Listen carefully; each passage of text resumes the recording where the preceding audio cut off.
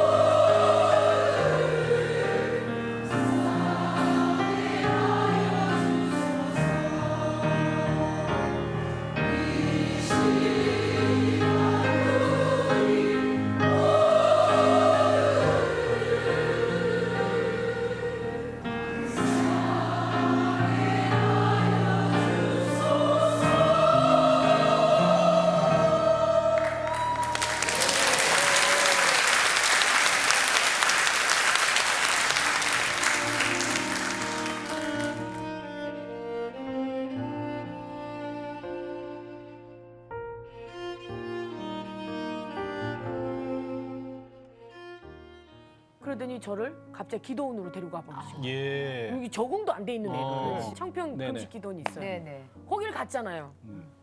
나를 억지로 금식을 시키시는데 얼마나 배가 고파요. 나는 도대체 성경을 보라는데 2000년 전에 나의 죄 때문에 예수 그리스도가 십자가에 달려 돌아가셨다가 고난을 당하셔서 돌아가시고 3일 만에 부활하셔서 나에게 영생과 구원을 주셨대요. 너무 기가 막히더라고요. 2000년에 난 태어나지도 않았고 그렇지. 우리나라 사람도 아닌 이스라엘 코 큰 사람이 예수라는 사람이 나 때문에 죽었대. 이게 이런 사기가 없는 거죠. 이런 거짓말이 어딨어. 아침 그 젊은 목사님 벤치에 앉아서 이렇게 성경책을 보고 계시길래 잘 됐다. 저분한테 따져야 되겠다. 가서 막 따졌어요. 내가 갖고 있는 거 다 따졌지. 감사 헌금, 뭐 헌금 내는 건 난 너무 아깝고 다 목사님이 먹는 거 같고 나 이건 너무 억울하다. 제가 이해 안 되는 부분들 다 얘기했더니 그랬더니 목사님이 막 웃으시는 거예요. 그러면서 문숙 씨는 지금 귀가 있어도 듣질 못해요. 저를 갑자기 바보로 만드시는 거예요. 손이 있어도 이렇게 쥐어지질 못한대요. 그러니까 내가 뭐라고 설명을 해도 문숙 씨는 이해를 못 하신대. 영으로 죽어 있기 때문에. 그렇지. 그게 더 약에 오르는 거예요. 그렇게 믿으시려면 믿지 마십시오. 어머. 나는 그런 소리도 처음 들어봐요. 아니 교회를 가면 예수 믿으세요. 동네에 가도 구역장님이나 전도하시는 어서 분들이 오세요, 어서 예수 오세요. 믿으세요. 아유 예수 믿으세요. 이런 소리만 들어봤지. 예. 이렇게 믿으려면 믿지 마세요라는 소리는 처음 들어봐요. 그런데 그분도 놀라운 일은 세게 나왔다. 여기 있는 심장이 하나가 툭 떨어지더라고요. 그 얘기를 듣는 순간. 예. 근데 얼굴 표정은 자존심은 있으니까 뭐요? 하면서도 속으로는 심장이 뚝 떨어지는 거예요. 그래서 속으로는 어찌했을까 하고 있는데 그러면 우리 엄마가 들어보니 만났다고 그러는데 그러면 나도 만나게 해주세요. 내가 목사님이 나를 막 설득 안 하고 설교 안 해도 난 믿을게요. 지금 보이지도 않는 분을 믿으라고 하는 것은 너무 좀 상식 바뀌고 예. 이거는 내 이성으로는 안 된다라고 교만을 있는 대로 피웠어요. 그럼 오늘 3시 예배 때 만납시다. 꼭 옆에 있는 사람 만나듯이 그렇게 말씀을 하시는 거예요. 진짜요? 진짜요. 전화하면 오시는 거예요? 3시 성령 대망회 네네. 대신에 이대로 하셔야 됩니다. 아무 생각 다 잡념 접고 오로지 예수 만날 생각으로만 임해 주십시오. 예배에 예. 찬송부터 시작해서 신실한 마음으로 나 정말 예수님 만나보고 싶습니다. 만나게 해주세요 라는 마음으로 예배에 임하십시오. 그래서 시키는 대로 했어요. 매일 앞줄에 앉아서. 네네네. 그 기도원은 또 이렇게 편안하게 앉지가 않잖아요. 그렇죠. 방석에 예, 앉으니까 방석에 허리도 앉아서. 아프고. 예. 그런데도 불구하고 정말 만나 뵙고 싶었어요. 우리 엄마가 만난 분, 우리 언니가 만난 분. 그날 만났죠. 이야, 그때 기도원에 올라갔을 때 쳐다봤던 그 나무, 돌 하나하나가 제가 만나 뵙고 난 다음에 바라보는 모습들이 완전히 다르더라고요. 그렇지. 새롭게 보이는, 이건 과학적으로 설명이 안 되는, 예. 이 받아본 사람만이 아는. 그런데 정말 놀라웠게도 그 짧은 시간에 갑자기 제가 너무 작은 거예요, 존재가. 내 존재가. 내 존재가. 그 순간, 그 뜨겁게 와닿을 그 순간, 존재가. 너무너무 창피했고, 너무너무 죄송했고, 내 주변에 아무도 없는데, 아무튼, 눈물 콧물은 다 썼고. 그건 말할 것도 이건 없고. 기본이고 그죠? 예. 기본이었고요. 그 초등학교 1, 2학년 때 그 옆에 친구 지우개가 너무 이쁘고 탐스러워서 몰래 훔쳐간 것까지 기억나게 해주시더라고요. 저는 그걸 까마득히 잊고 살았어요. 그거 어떻게 기억을 하냐고요. 그 회개 기도. 그거를 떠오르게 해주시더라고요. 야, 대단하신 분이더라고요. 그러니까 대단하지. 깜짝 놀랐죠.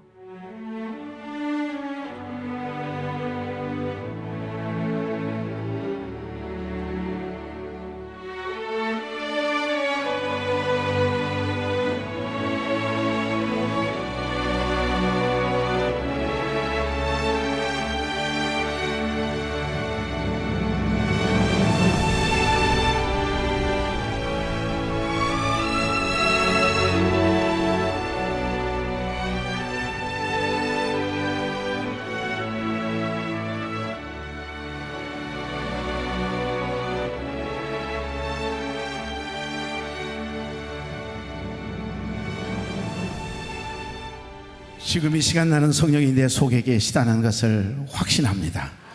그분이 오늘 여러분 속에서도 살아 역사하실 줄 믿습니다. 그래서 오늘 우리에게 주신 이 하나님의 말씀이 저와 여러분의 마음에 빛이 되길 원하고 그 빛을 비추이는 자로 주 안에서 승리하며 살아갈 수 있기를 주의 이름으로 축복합니다. 우리가 지난주에 이어서 오늘 본문 말씀을 함께 나누게 됐습니다. 오늘 본문은 욥바에서 일어난 너무 감동적인 이야기입니다. 욥바는 고대로부터 유명한 무역항이 있는 너무너무 아름다운 항구 도시입니다. 하지만 그 도시에는 안타깝게도 많은 과부들이 살고 있었습니다. 그러니까 그 누군가의 위로가 필요하고 슬픔을 한마음 가득 안고 하루하루의 삶을 버겁게 살아가는 이들이 참으로 많은 거죠. 외로움에 슬픔에 서려 있는 곳. 그런데 욥바라고 하는 곳에 다비다라고 하는 선행과 구제가 심히 많이 하던 한 여인이 있었습니다. 그런데 갑자기 시름시름 앓더니 세상을 떠났다는 겁니다. 갑자기 병들어 죽었다라고 하는 소식이 전해지자 그녀를 통해서 위로를 받고 은혜를 입은 사람들, 상실된 그 마음이 너무나 컸어요. 그래서 동네 모든 과부들이 하던 일을 멈추고 너나 할 것 없이 다비다의 집으로 몰려들었습니다. 대성통곡하며 하염없이 울어요. 그런데 이상한 것은 사람이 죽었는데 장사 지낼 생각을 하지 않는 겁니다. 시신을 씻어서 다락 위에 올려놓고 둘러앉아 울기만 하고 있어요. 그렇다고 향유를 뿌린 것도 아니고, 지난주에도 말씀드렸던 것처럼 당시 유대인들은 죽은 사람을 땅에 묻지 않는 상태로 오래 둔다라고 하는 것은 고인에 대한 예우가 아니라 여겼기 때문에 적어도 사람이 죽으면 그 영혼은 하나님께로 갔는데 육신을 산자의 땅에 오래 두는 것은 고인에 대한 모독이다. 그래서 24시간 안에 땅속에 묻어야 한다. 그렇지 않으면 부끄러움이 된다라고 여겨졌던 그런 관습이 있었습니다. 그런데 무슨 연유인지 욥바 사람들은 이미 죽은 다비다의 시신을 끝이 씻어서 다락에 뉘어놓고 그저 울고만 있는 거예요. 시체에 향유도 바르지 않고, 그리고 과부들의 손에는 한결같이 살아생전 이 다비다에게 받았던 손수 지어준 속옷과 겉옷이 들려져 있었습니다. 이들은 울면서 달려온 이 베드로에게 간청합니다. 다비다가 우리와 함께 있을 때 우리에게 직접 밤을 지새우면서 지어준 속옷입니다. 겉옷입니다. 이 말 한마디가 다비다라고 하는 이 여인이 그동안 어떻게 살아왔는지 알 수 있는 대목이 아닐 수 없습니다. 여러분, 그때 당시에 무슨 변변한 속옷이 있겠습니까? 속옷은 최소한의 여인들의 수치심을 가려주는 것이 아니겠습니까? 겉옷은 낮에는 추위와 햇빛을 막아주고 밤에는 이불과도 같습니다. 그래서 결국에는 빚쟁이가 그 겉옷을 빚 대신에 빼앗아 갔더라도 저녁에는 돌려주어야 한다라고 하는 이야기가 있을 만큼 겉옷은 생명과도 같습니다. 조속으로 굉장히 추웠던 이들에게, 만약에 가난한 이들에게 만약에 이불과도 같은 이 겉옷이 없다면 어찌 되겠습니까? 그런데 그 겉옷을 손수 기워서 선물해 준 바로 그분이 다비다였던가 봐요. 여러분, 어떻게 사람이 죽었는데 베드로만 오면 살려낼 수 있으리라고 하는 믿음은 또 어디에서 생겼을까요? 도대체 이 여인이 어떤 여인이었기에 모두가 이러는 것입니까? 베드로를 부르기 위해서 사람을 욥바까지 보냈습니다. 멀리 떨어진 룻다라고 하는 지역에 머물고 있다라고 하는 이야기를 듣고 베드로를 부른 거죠. 다시 어떻게든지 무슨 수를 써서라도 살려보겠다라고 하는 그런 마음인 거죠. 그런데 죽은 사람을 어떻게 살려냅니까? 장사를 지내지 못하도록 막았던 사람들은 한결같이 이 다비다라고 하는 이 여인에게 은혜를 입은 여인들이었음에 틀림이 없습니다. 스크럼을 짜고 울면서 속옷과 겉옷을 손에 쥐고 하염없이 울면서 향유를 뿌리지도 못하게 하지요. 장례도 치르지 못하게 하지요. 은혜를 잊지 못하는 겁니다. 여러분, 베드로는 사람들을 다 내보낸 후에 무릎을 꿇고 하나님께 간절하게 눈물로 기도합니다. 죽은 도르가 다비다를 살리는 것이 내 능력이 아니고 나와 함께 하시는 엘샤다이 하나님, 전능하신 하나님, 못하신 것이 없으신 무한하신 그 하나님의 능력을 구하는 거지요. 이 생명을 불쌍히 여기셔서 다시 살아나게 하시면 곧 하나님의 특별한 은혜 아니겠어요? 그러니까 내 힘으로는 살려낼 수가 없으니까 유한한 존재인 인간이 무한하신 능력이 전능하신 우리 하나님께 내어 맡기며 하나님 앞에 눈물로 기도했겠지요. 사람이 할 수 없는 일이기에 생명의 주인 되신 하나님께 맡기고 선포하며 믿음으로 선포하는 거예요. 기도하고 난 후에 베드로는 믿음으로 시신을 향하여 이미 죽은 지가 오래된 이 다비다를 향해 다비다야 일어나라. 그 순간 죽은 이 다비다가 기적같이 다시 살아난 줄 믿습니다.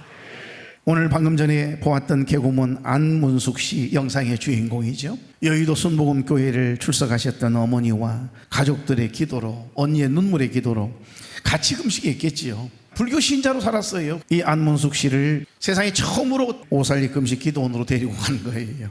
가보니까 밥은 안 주지요. 모두가 다 금식을 하지요. 믿어지지 않는데, 저 목사님 설교를 들으면 뻥치는 것으로만 보이는데, 여러분, 자의에 의한 것도 아니고 타의에 의해서 금식을 하게 되고 그 집회에 참여했다가 그만 예수님을 인격적으로 만나는 특별한 경험을 하게 돼요. 오늘 영상을 통해 우리 보았잖아요. 여러분 모르겠습니다. 읽어본 적이 있는지 모르겠습니다만 카필라이터로서 뒤늦은 나이에 예수님을 만난 후에 막 전엔 찐빵이라고 하는 책과 예수 안 믿으면 손해보는 77가지 이유라고 하는 책을 썼던 분이 계십니다. 이만재라고 하는 분입니다. 카필라이터죠.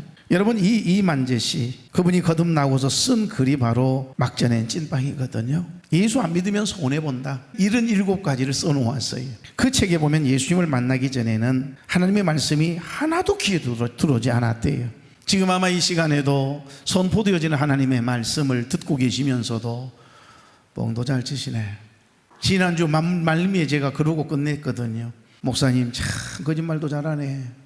어떻게 사람이, 죽은 사람이 다시 살아난단 말인가. 도저히 믿어지지 않는 하나님의 말씀을 듣느라고 포로 수용소에 끌려오신 것처럼, 도살장에 끌려오신 것처럼 앉아 계신 분이 분명히 이 자리도 나는 있으리라고 생각해요. 끝까지 하나님의 말씀이 깨달아지고 살아계신 하나님이 어떤 분이신지 이 다비다라고 하는 여인을 통해 경험하는 이 시간 되길 바랍니다. 예수님을 만나기 전에는 성경 말씀이 하나도 귀에 들어오지 않았다고 그래요. 믿어지지 않았습니다. 이만재 씨 말입니다. 자기의 상식이나 철학으로 예수님을 믿는 것이 이해가 안 되어서, 그러나 어떡합니까? 아내와 결혼할 때 약속을 했거든요. 교회 나가기로 약속하고 결혼을 했거든요. 그러니 하는 수 없이 교회에 출석해 주는 거예요. 그의 표현을 빌자면 마치 순교하는 마음으로 예배를 드리러 매주 갔다 해요. 순교하는 마음으로 교회 출석을 했대요.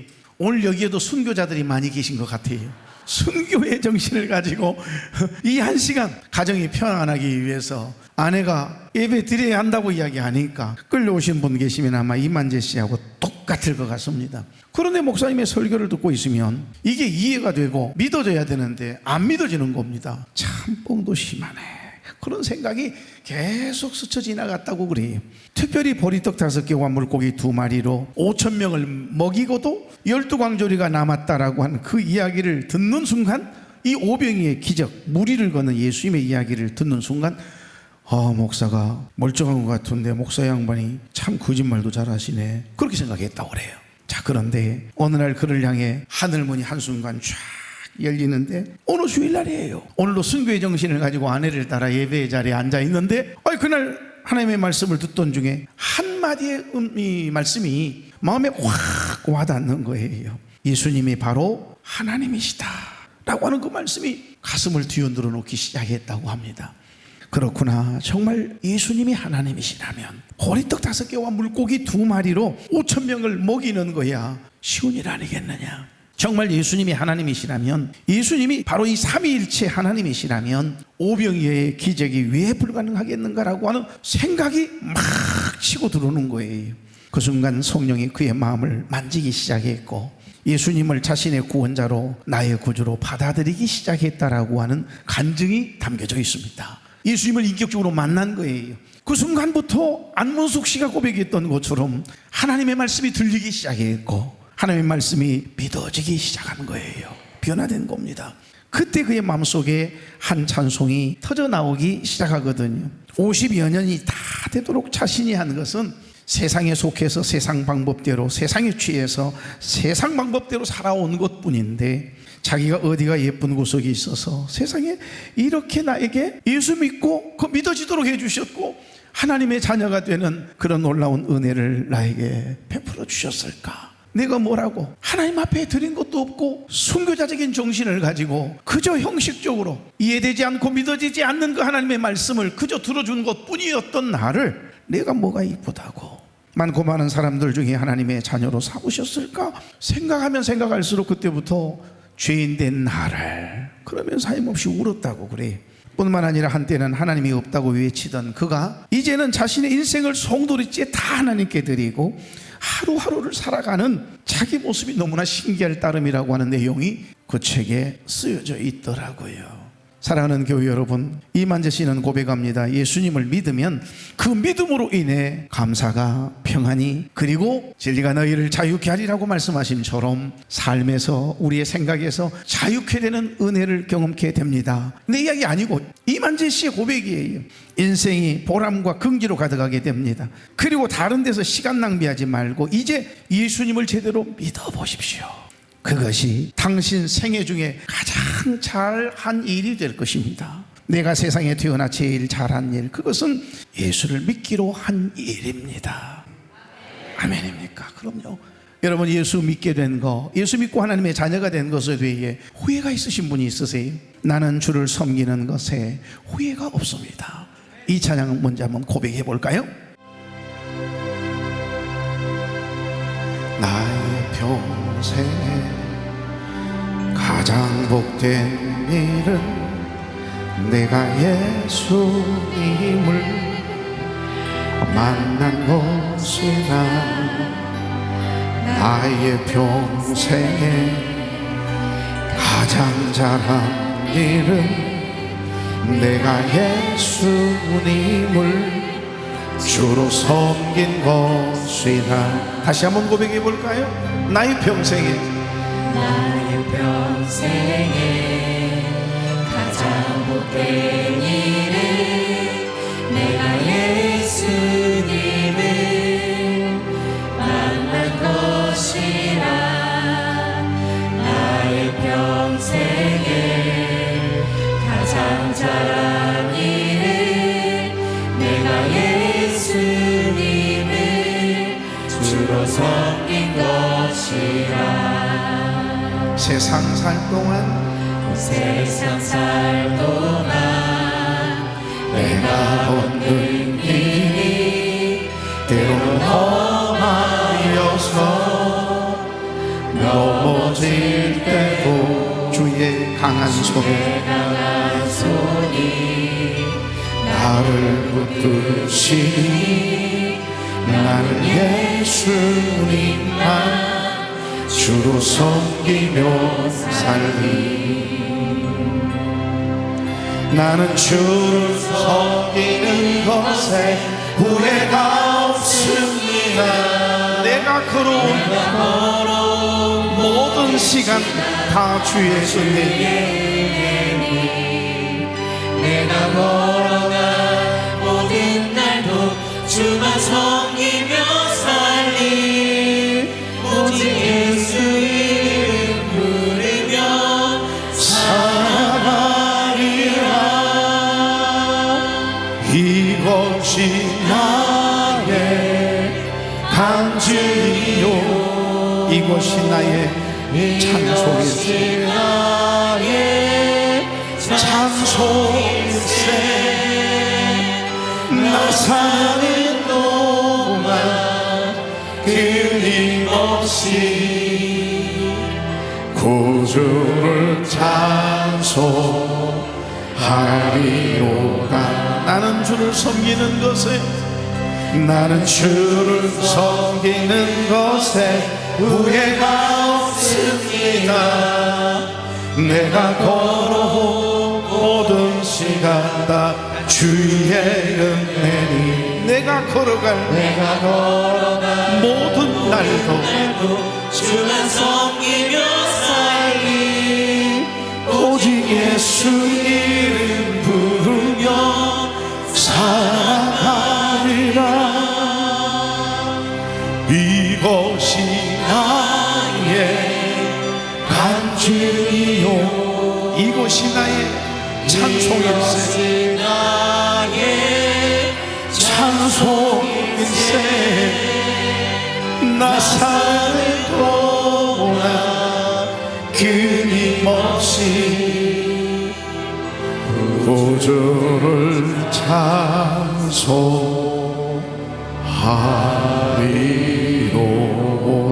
조용하게. 이것이 나의 간증 증이요 이것이 나의 찬송일세 나 사는 동안 끊임없이 구주를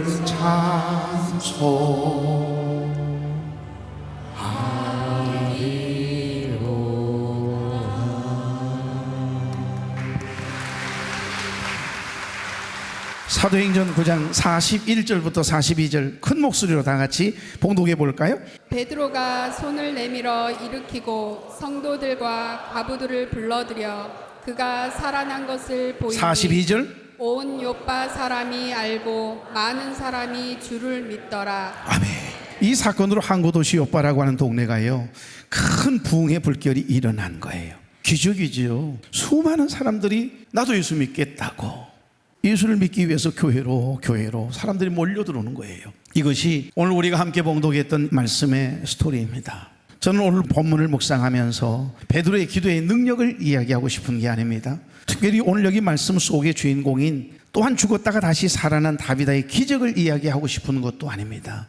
아름답다라고 하는 뜻을 가진 항구 도시 요빠라고 하는 이 지역에 많은 사람들에게 선한 영향력을 미쳤던 아름다운 한 여인 마테트리아라고 되어 있습니다. 한 제자예요. 여제자 다비다 곧 도르가라고 하는 한 여인의 아름다운 삶을 잠깐 생각하며 은혜를 함께 나누고자 합니다.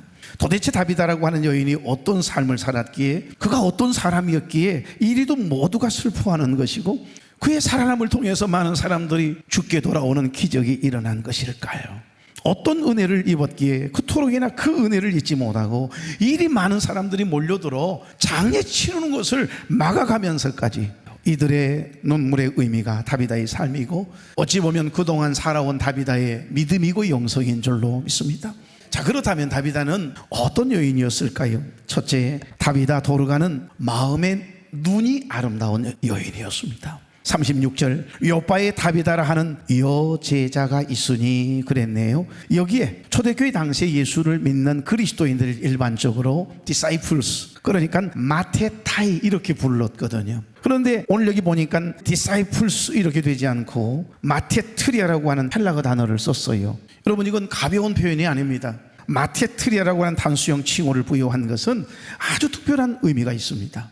다른 사람들과는 구별되도록 어떤 귀한 역할을 감당했을 때 특별하게 칭호를 부여해 줄 때 사용되어지는 단어가 성경 신약 성경에 유일하게 단 한 번입니다. 여제자. 다른 단어를 쓰지 않았어요. 그냥 제자가 아닙니다. 단수의 의미에 그치는 것이 아니에요. 마테트리아예요. 그러니까 그리스도의 십자가의 사랑을 어찌 보면 그의 삶을 통해서 그대로 닮아낸 초대교회를 실질적으로 받쳐준 복음의 소중한 선한 영향력을 미쳤던 좋은 동역자였다라고 하는 것을 알 수 있습니다. 당시 문화적 배경상 제자라고 하는 말은 주로 남성을 가리키는 남성 명사예요. 마테테스로 쓰여졌습니다. 여성들은 제자라고 잘 부르지 않았습니다. 따르는 자들 정도로 표현되었을 뿐이거든요. 그런데 오늘 여기 본문을 기록하고 있는 사도행전의 저자인 의사선생님이었던 누가는 다비다를 향해서 성경 역사상 유일하게 마테트리아 여제자라고 하는 주체적이고 공식적인 칭호를 부여한다라고 하는 것 깊은 의미가 있어요. 예를 들어 한 제자가 있었다라고 할 때 우리는 단수형을 쓰는 것은 그 사람이 특별해서가 아니라 문법적으로 한 명이기 때문에 단수를 사용할 때가 있지요. 그러지 않겠어요? 한 명이 아니고 두 명이면 당연히 복수를 사용할 게고요. 단수형 단어인 마테트리아라고 썼어요. 그것도 여성에게. 그때는 여자분이나 어린아이들은 죄송합니다만 구약시대는 아예 숫자에 들어가지도 않았거든요. 성경의 인구조사에 여성의 숫자는 들어가지 않았습니다. 죄송합니다. 어린아이들도 전혀 들어가지 않았습니다. 예수님이 이 땅에 오셔서 인격적인 대우를 받으신 분들이기 때문에 교회마다 여자분들이 그렇게 믿음이 좋은가 봐요. 여러분 그렇습니다. 다비다가 특별함은 단수형이 아니라 마테트리아 여제자란 단어를 사용했기 때문이에요. 다비다가 특별한 진짜 이유는 단수형에서가 아니라 신약 성경 전체에서 오직 다비다라고 하는 한 여인에게만 여제자 마테트리아라고 하는 단어를 썼다는 점이에요. 당시 사회 분위기상 여성을 독립된 제자로 공식 칭해주는 경우가 극히 드물었거든요. 베베 같은 로마서를 로마 교회에 전달했던 그 위대한 하나님의 변호사거든요. 근데 그 여인에게도 마테트리아라고 하는 단어를 사용하지 않아요. 그냥 베베 집사입니다. 그리고 또 한 가지 특별함이 있습니다. 이 여인의 원래 이름은 그 당시 유대인이 쓰던 아람어로는 다비다, 그러니까 히브리어는 다비다이고 헬라식으로는 도르가입니다. 그러니까 다비다는 사슴을 의미하는 게고, 도르카스, 여기 도르가는 영양, 가젤이란 뜻입니다. 염소, 산양을 통틀어 이르는 말이기도 하고, 그래서 도르가는 아름다운 암사슴 혹은 아름다운 눈을 가진 양이라고 하는 뜻입니다. 성경에서 사랑스러운 아내, 좋은 소식을 전하는 사람을 암사슴이라고 표현하는 것처럼 도르가는 자기 이름 그대로 삶의 아름다운 향기를 발해 많은 사람들을 선한 눈으로, 정말 아름다운 눈으로 바라보았기에 아름다운 생각만 합니다. 아름다운 말만 합니다. 아름다운 삶을 살아갑니다. 그래서 다비다의 일거수일투족은 움직이는 작은 예수일 수밖에 없지요. 예수님의 모습이에요. 주님의 마음과 생각을 담는 거룩한 그릇이 되니 세상을 대하고 바라볼 때도, 삶을 대하고 사람을 대하고 하나님을 신앙할 때도 그의 마음의 아름다움이 그대로 드러나는 거예요. 참으로 아름다운 여인이었습니다. 뭐가요? 눈이, 마음의 눈이 아름다워야 돼요. 우리 이름에는 이름을 지어준 부모님들의 간절한 소망과 바람이 담겨 있지 않습니까? 그리고 힘들고 어려울 때, 내가 주님을 처음 만났던, 내가 처음 주를 만났을 때, 그 찬양 부르면 처음 주님을 만났던 그 뜨거운 마음이 다시 불일 듯 일어나는 것처럼, 그러니까 우리가 어떤 힘들고 어려운 인생의 깊은 터널을 지나가고 눈물의 골짜기를 지나갈 때 내 마음에 하나님이 부어주시는 그 은혜를 경험했을 때는 그 은혜에 합당한 이름을 짓게 되거든요. 내 삶이 고단하고 힘이 들었으면 그 힘들었을 때 내 마음 간절한 소망을 하나님 앞에 담아서 아이들의 이름을 지었겠지요. 그래서 그 시대를 말하는 게고, 아이의 이름을 보면 그 부모님들의 바램과 로망과 간절한 꿈이 담겨 있지 않습니까? 하나님을 향한 부모님들의 신앙의 고백이 담겨 있기도 하고요. 여러분, 잠깐, 모세가 미디안 광야에서 첫 아들을 낳고 그 이름을 뭐라고 지었습니까? 게르솜, 나그네입니다. 여러분, 핫셉슈트 공주로 인해서 양자가 되어지고 40년 동안 왕자 교육을 받았던 사람이에요. 그리고 어디를 가든지 호령 한마디면요, 모든 군사가 촥촥 백성들이 움직일 수밖에 없는 무남동료 핫셉슈트의 양자였던 모세를 생각해 보십시오. 그런 그가 40년 후에 미디안 광야로 쫓김을 받아 결국에는 범죄자로 낙인 찍히게 되고 외롭고 처량한 신세가 되어 양을 기르는 목동의 삶을 40년 동안 살거든요. 그리고 80세에 하나님의 부르심을 받아 그 거룩한 하나님의 부르심에 응답하는 삶을 살아가게 되지요. 하나님의 부르심을 뭐라고 합니까? 소명이라고 합니다. 그 하나님의 부르심에 응답하는 것을 사명이라고 하는 거예요. 우리 모두는 다 하나님의 부르심, 사명이 있기 때문에 오늘 이 자리에 앉아있는 것 믿으세요? 우리는 그러니까 사명자예요. 모두가 다 사명이 있는 거예요. 그러니까 그때 힘들고 어려웠을 때 첫 아들을 낳자마자 게르솜, 인생은 나그네예요. 그래서 나그네라고 하는 이름의 뜻을 가진 아들의 이름을 지어요. 그러다 말고 두 번째 아들을 낳습니다. 엘리에셀이라고 짓거든요. 그 뜻은 하나님의 도우심이에요. 여러분, 전에는 호령 한마디로 전 애굽의 군사들을 복종시키고 절대 권력을 가졌던 왕자였던 그가 이제는 미디안 광야에서 양을 치면서 언덕배기에 앉아가지고 먼 하늘을 바라보고 이럴 때도 있지 않았겠어요? 도대체 나의 삶이 뭔가? 나는 어떻게 살아가야 하는가? 하루에도 수십 번씩 아들들을 바라보며 그 아들들의 이름을 부르면서 인생의 깊은 의미를 깨닫거든요. 첫째 아들 게르솜이 지나가네요. 그러면 게르솜 하고 부르면서 무슨 생각을 했겠어요? 인생은 나그네입니다, 하나님. 그 고백을 하는 거예요.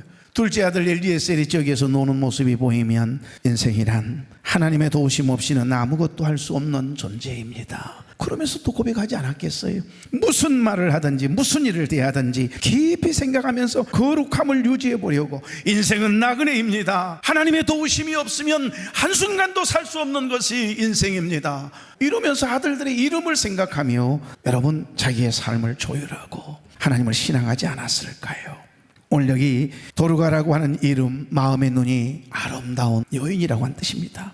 그 어머니가 어떤 마음을 가지고 이름을 지었는지 모르겠어요. 너무 그의 삶이 아름답고 그의 마음이 너무 아름다워서 손에서 많은 사람들이 다비다라고 하는 이름이 있는데 도루가라고 이름을 또 지어줬을 수도 있고요. 눈은 그 사람의 마음을 보여주거든요. 요즘 일반 병원에 가도 기계가 하나 홍보되고 있더라고요. 눈을 찍어서 그 사람의 건강 상태를 체크하고 파악할 수 있다, 검진할 수 있다라고 하는 그거 보신 적 있나요? PR 하기 위해서 배너.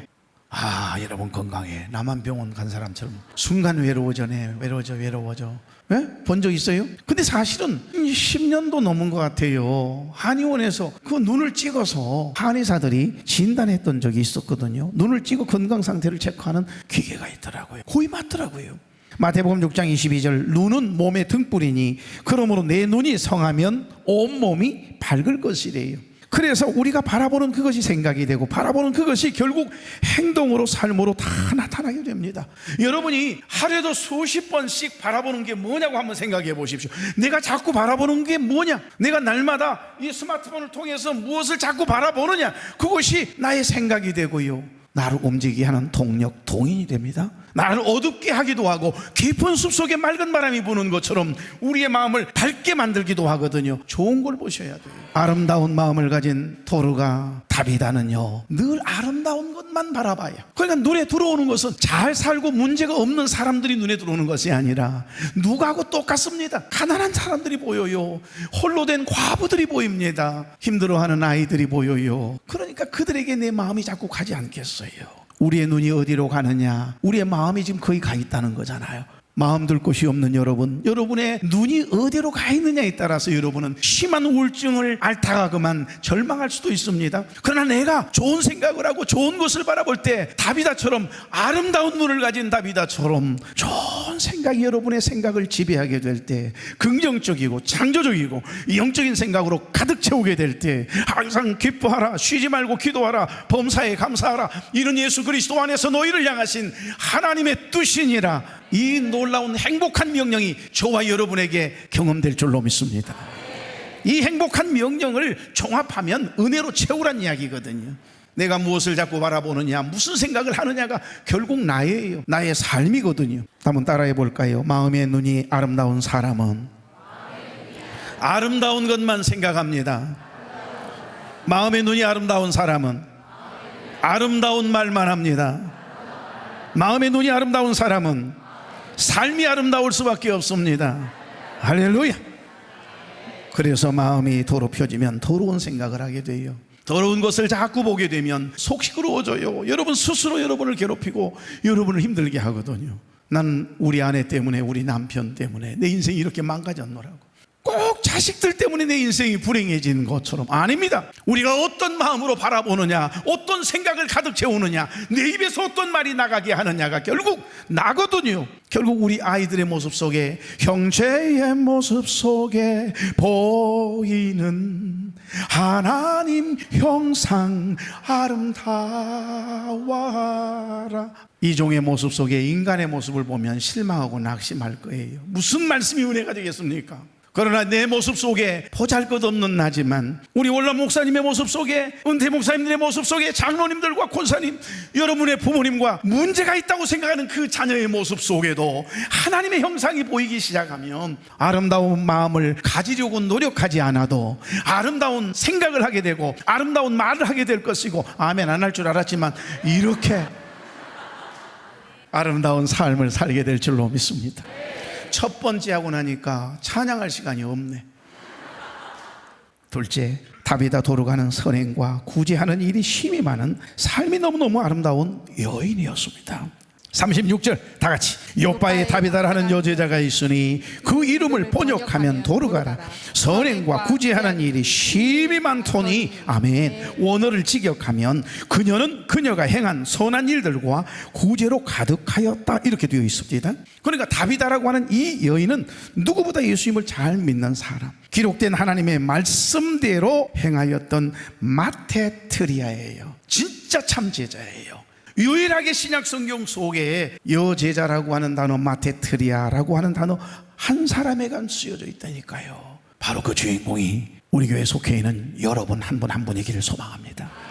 다비다의 행적은 한마디로 선행과 구제입니다. 그녀의 관심은 항상 약한 자에게 머물러 있었거든요. 그의 시선은 항상 내 마음이 어디로 가 있는가, 내 시선이 머물러 있는 곳이 어디인가 보면 그게 나의 인생입니다.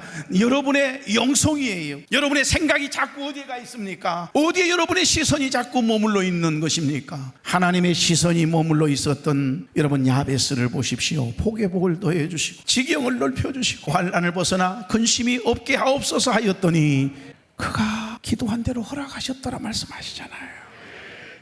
여러분 39절의 내용을 비추어 볼 때 그녀가 아마도 부자였고 과부였을 가능성도 적지 않습니다. 하지만 여러분 부자라고 과부를 하고 모두가 다 다비다처럼 선한 마음을 가지고 선행과 구제하는 일이 몸에 배일 수 있는 것입니까? 그렇지 않습니다. 저들의 눈물 속에는 다비다의 삶이 들어있잖아요. 여러분 유명한 음악가였던 모차르트 모르는 사람 있습니까? 아마 다 알지요. 모차르트 모르는 사람은 간첩이죠. 간첩도 알겠네. 하지만 알려지지 않는 사실 하나가 있습니다. 그 유명한 음악가인 모차르트의 무덤이 있을까요? 없을까요? 없습니다. 이 땅 어디에든지 분명히 있긴 있는데 아는 사람이 아무도 없습니다. 어느 누구 하나 그의 장례식에 가지 않았고 묻힌 곳을 전혀 모르기 때문이에요. 친구들은 물론이거니와 하물며 그의 아내까지도 장례식에 참여하지 않았다고 합니다. 그러다 보니 모차르트가 정확히 매장된 곳을 아무도 모르는 거예요. 모르니까 사람들이 그를 기리기 위해서 만든 가묘만 오스트리아 비엔나의 비내 가면이 있어요. 평소에 음악가로서 모차르트를 존경했던 베토벤이 그의 좌측에 가묘를 만들어서 모차르트묘, 그 다음에 슈베르트가 그의 우측에 가묘를 만들어서 기리고 있더라고요. 저 유럽 성지순례를 갔을 때 종교개혁지 그거 보았어요. 여러분 생전에 그는 자기의 음악에만 빠져서 가족들도 외면했고 오직 자신만을 위해 살았던 사람이에요. 지나치게 사치스러운 생활을 추구한 나머지 늘 궁핍한 생활로 어려움이 떠나지 않았고요. 30세 중반의 세상을 떠나거든요. 그래서 사람들은 그의 음악은 좋아했지만 그의 삶은 존경하지 않았습니다. 여러분 인도의 유명한 마하트마 간디가 산상수훈이라고 하는 마태복음 예수님의 말씀을 읽다가 말고 회심해서 그리스도인이 되고 싶어 했던 사람이란 건 아세요? 그런데 영국 사람들이 인도를 지배하면서 자기네들만 예배를 드리고 예배의 자리에 성전에 들어가서 말씀 듣고 말씀을 배우고 싶은데 함께 예배를 드리고 싶은데 미개인이라고 못 들어오게 한 거예요. 그래서 결국에는 예수 믿는 것을 포기하고 그는 다른 종교를 선택하게 됩니다. 여러분 영국군이 인도를 떠날 때 국민의 추앙을 받던 영향력이 있었던 마하트마 간디가 했던 말은 우리의 가슴을 찌릅니다. 너희들이 세운 교회는 다시 가져가라. 그러나 예수님은 남겨놓고 가라. 무척이나 우리들을 아프게 하는 한마디가 아닐 수 없습니다. 간디가 교회에 나가서 성경을 배우고 복음을 들으려고 그 애를 썼지만 그 사모함으로 교회를 찾아다녔지만 한 교회도 문을 열어주지 않았습니다. 왜? 미개한 인도인과 함께 예배를 드릴 수 없다는 거예요.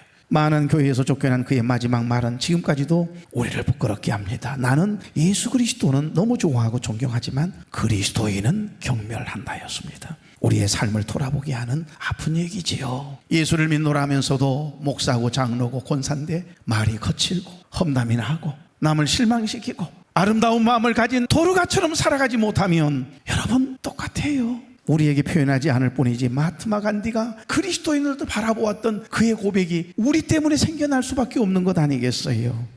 결국 그는 기독교에 대한 신앙을 갖지 못하고 교회를 떠나고 말거든요. 그런데 다비다의 삶은 이와 정반대였다는 이야기를 성경은 증언합니다. 마지막 세 번째 다비다는 주님의 증인된 삶을 산 너무너무 아름다운 여인이었습니다. 어떤 사람을 증인이라고 하지요? 보고 들은 것을 있는 그대로 기억하고 있다가 많은 사람들 앞에서 증언하는 사람을 증인이라고 하지 않습니까? 그래서 증인의 말 한마디에 진실과 거짓을 파악할 수가 있는 중요한 단서가 숨어 있는 것입니다. 하나님은 저와 여러분을 이 세대에 주님의 증인으로 부르셨어요. 우리의 삶을 통해서 주님이 어떤 분이신지 우리가 도저히 이해가 안 되는 하나님의 말씀이 이해가 되도록 보이지 않는 하나님이 보여지도록 우리의 삶이 주님의 증인된 삶이 되기를 원하세요. 여러분 때문에 얼마나 많은 영혼들이 주님께로 돌아왔습니까? 예수 믿게 됐습니까? 여러분 때문에 몇 명이나 예수를 믿고 교회에 나와 신앙생활을 열심히 잘하고 계십니까? 한번 가만히 돌아보십시오. 나는 주님의 증인된 삶을 살고 있는지, 여러분, 사도행전 9장 42절, 온 요파 사람이 알고 많은 사람이 주를 믿더라. 도르가의 선하고 아름다운 삶은 교회가 평안하고 든든히 서가는데 부흥의 밑거름이 된 거예요. 요파는 예루살렘으로부터 서북쪽으로 약 55km 떨어진 거리에 위치한 아름다운 도시라고 했습니다. 이 도시가 다비다, 도르가 한 사람 때문에 예수 믿는 사람들이 많아졌다는 이야기가 오늘 말씀의 결론이에요. 하나님은 다비다의 삶의 모든 움직임을 다 보고 계셨고 기억하고 계셨다라고 하는 증거인 줄로 믿습니다. 자, 그렇다면 다시 살아난 다비다는 어떠한 삶을 살았을까 궁금하지 않아요? 궁금합니까? 안 궁금합니까? 여러분, 죽었다가 다시 살아난 그녀는 모르긴 해도 새 생명을 주신 그 하나님께 당연히 감사했을 게고, 그 은혜 안에 취해서 이전보다 더 아름다운 마음을 가지고 더 많은 영향력을 미친 아름다운 삶을 살지 않았을까요? 성경에 기록되지 않았지만 도르가라고 하는 여인이 언젠가는 또다시 죽었겠죠. 그때는 어떠했을까? 괜히 궁금해요. 2번 살았으니까, 살 만큼 살았으니까 사람들이 시원한 마음으로 그래요, 잘 사셨죠? 또 한 번 죽었다 살아났는데 안녕히 가세요, 천국에서 뵙시다, 이러고 보낼 수 있었을까요? 아마 똑같지 않았을까 하는 생각이 들어요. 말씀을 맺습니다. 요파의 다비다 한 사람 때문에 온 도시가 눈물바다가 됐네요. 하나님을 감동시키고 세상을 변화시킨 아름다운 눈물 맞습니다. 하나님을 감동시키고 세상을 변화시키니 당신은 이 세상에 필요한 사람, 하나님이 좋아하는 사람, 하나님이 기뻐하는 사람. 아까 하다 보니까 너무너무 깊은 은혜가 있는 찬양이지요. 자, 다같이 마음의 눈이 아름다운 사람은 아름다운 것만 생각합니다. 마음의 눈이 아름다운 사람은 아름다운 말만 합니다. 마음의 눈이 아름다운 사람은 삶이 아름다울 수밖에 없습니다. 아멘.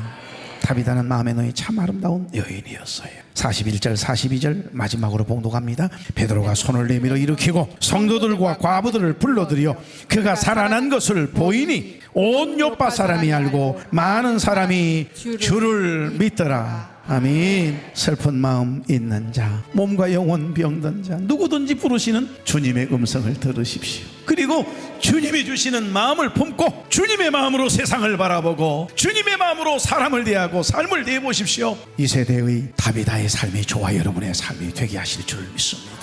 오늘 이 찬양의 고백이 저와 여러분의 고백 되길 소망합니다.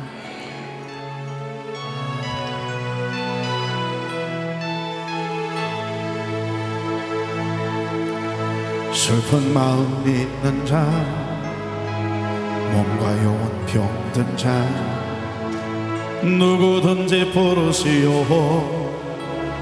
예수 이름 부르시오. 그 이름을 믿는 자, 그 이름을 부른 자, 그가 어떤 사람이든 그는 구원 얻으리. 다시 한번 고백해 볼까요? 슬픈 마음 있는 자, 몸과 영혼 병든 자, 누구든지 부르시오. 예수 이름 부르시오. 그 이름을 믿는 자, 그 이름을 부르는 자, 그가 어떤 사람이든 그는 구원 얻으리. 예수, 예수, 예수, 예수, 온 능력의 그 이름 예수, 나 외쳐 부르네. 예수, 예수, 오 구원의 그 이름 예수, 나 외쳐 부르네. 예수 그리스도. 슬픈 마음 있는 자, 몸과 영혼 병든 자, 누구든지 부르시오. 예수 이름 부르시오. 그 이름을 믿는 자, 그 이름을 부르는 자,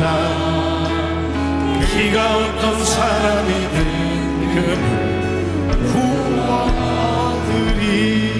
예수 예수 예수 예수 모든 영의 그 이름 예수 나 외쳐 부르네. 예수 예수 예수 오 구원의 그 이름 예수 나 외쳐 부르네. 예수 그리스도. 하나님은 너를 지키시는 자, 너의 우편의 그늘 되시니 낮의 해와 밤의 달들도 너를 해치 못하리. 이 찬양의 고백이 저와 여러분의 고백되길 소망합니다.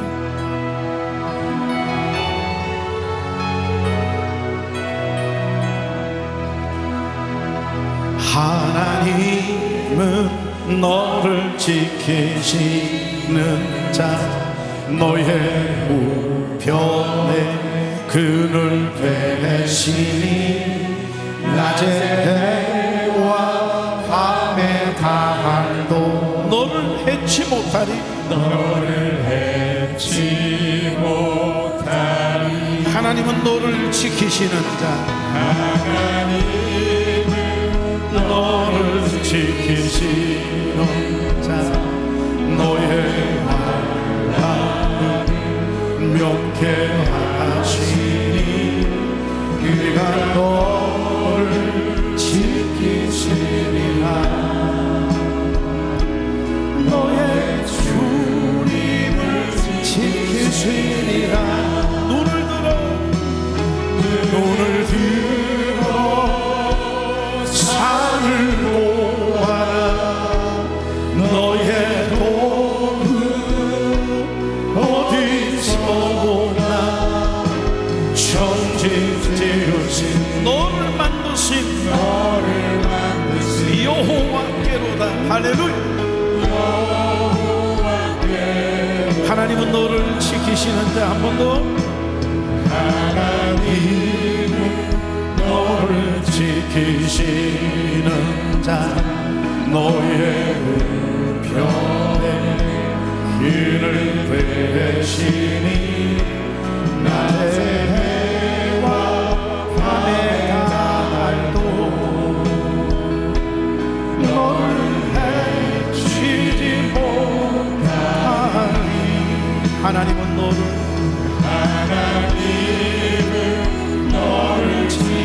지키시는 자, 너의 마음을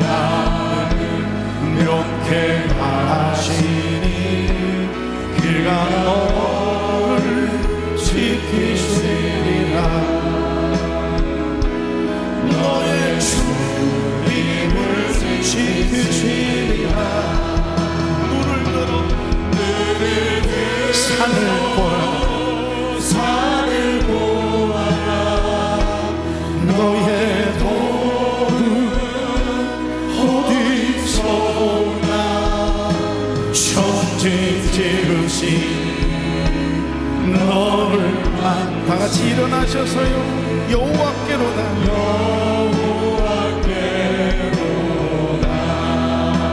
자 마른 다 와라.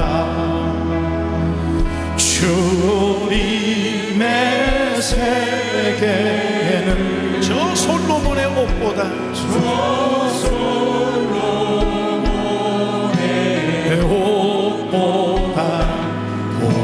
고운 백합. 주 찬송하는 저 맑은 새소리. 내 아버지의 지으신 그 소식이. 2절은 우리 교우들 한번 해보실래요?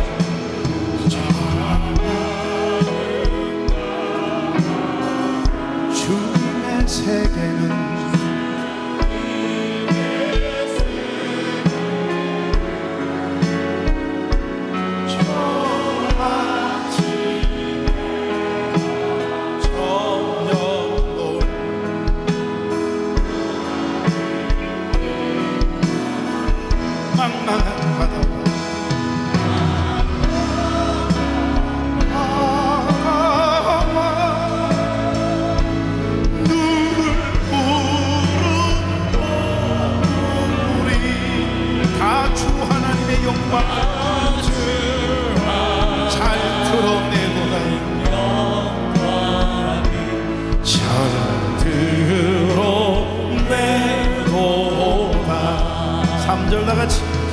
마음 다와라. 주님의 세계는 주님의 세계는 저 산에 부는 바람과 잔잔한 시냇물 그 소리 가운데 죽음은 서들리니 내 하나님의 그 뜻을 알듯하고 눈을 감고 좋으신 하나님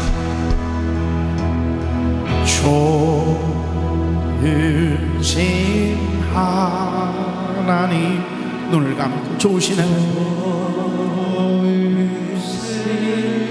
참 좋으신 나의 하나님 고백해 보십시오.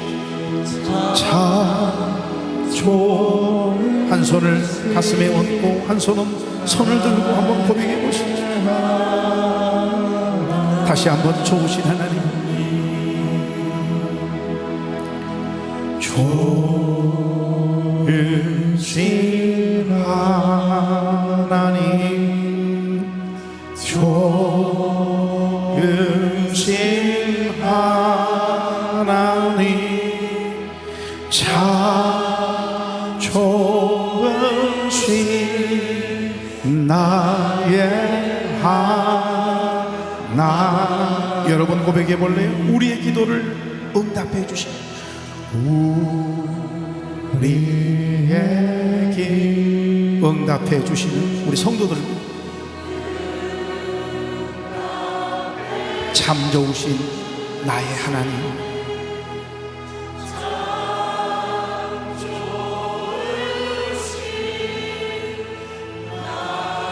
마지막 한없는 축복을 다 같이 조용하게요.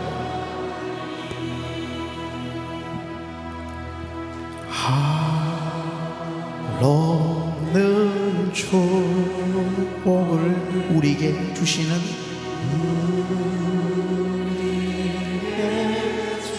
참 좋으신 나의 하나님